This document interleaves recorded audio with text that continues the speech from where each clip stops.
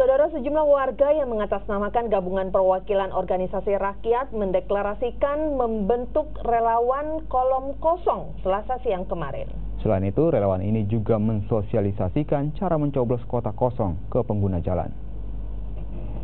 Usai deklarasi relawan kolom kosong di bawah jembatan layang Selasa siang kemarin, relawan kolom kosong ini juga mensosialisasikan ke pengguna jalan yang melintas tata cara mencoblos kolom kosong pada surat suara Pilkada Makassar. Hal ini dilakukan sebagai bentuk perlawanan untuk menyelamatkan suara rakyat.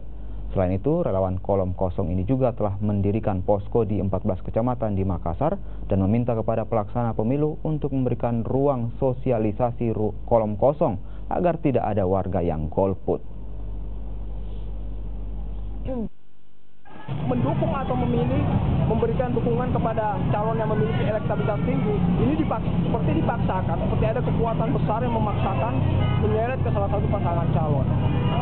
Setelah itu berlalu selesai, ternyata tetap ada pasangan yang maju lewat calon perseorangan, dibuatkan persoalan lah, bermacam-macam persoalan, seperti mau menyampaikan kepada rakyat bahwa dengan kekuasaannya, dengan kemampuannya, apapun itu bisa mereka lakukan di Kota Makassar.